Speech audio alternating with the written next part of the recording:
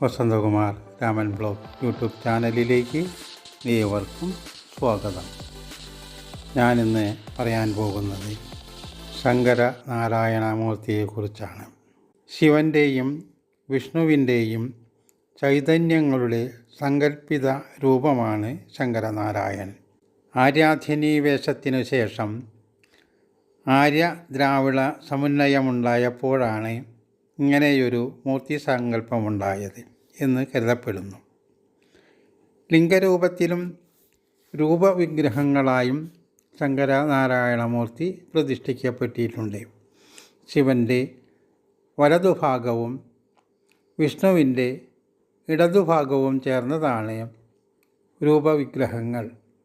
തന്ത്രസമുച്ചയത്തിൽ ശങ്കരനാരായണന് പ്രത്യേക ധ്യാനമന്ത്രവും പൂജാവിധികളും പറയുന്നുണ്ട്.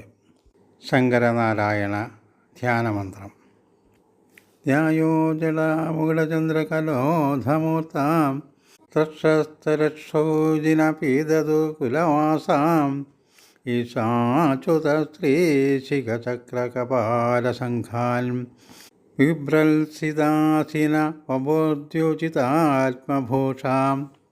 അർത്ഥവ്യാഖ്യാനം: ജടാമുകുടവും ചന്ദ്രക്കലയും കൊണ്ട് ശോഭിക്കുന്ന ശിരസ്സോടുകൂടിയവനും 3 നേത്രങ്ങളോടുകൂടിയവനും പുലിത്തോലും പീതവസ്ത്രവും ധരിച്ചവനും ത്രിശൂലം, ചക്രം, കപാലം, ശംഖം എന്നിവ ധരിച്ചവനും വലത്തുഭാഗം വെളുത്ത നിറവും ഇടത്തുഭാഗം കറുത്ത നിറവുമായ ശരീരഭാഗത്തോടു കൂടിയവനും ശിവനും വിഷ്ണുവിനും യോജിച്ച ആഭരണങ്ങളോടു കൂടിയവനുമായ ശങ്കരനാരായണമൂർത്തിയെ ധ്യാനിക്കണം. ഗൃഹങ്ങളിൽ പ്രാർത്ഥിക്കാവുന്ന പ്രാർത്ഥനാമന്ത്രം: ശിവം ശിവകരം ശാന്തം കൃഷ്ണായ വാസുദേവായ ശിവാത്മാനം ശിവോത്തമം ഹരയേ പരമാത്മനേ ശിവമാർഗപ്രണേതാരം പ്രണതക്ലേശനാശായ പ്രണതോസ്മി സദാശിവം ഗോവിന്ദായ നമോ നമഃ.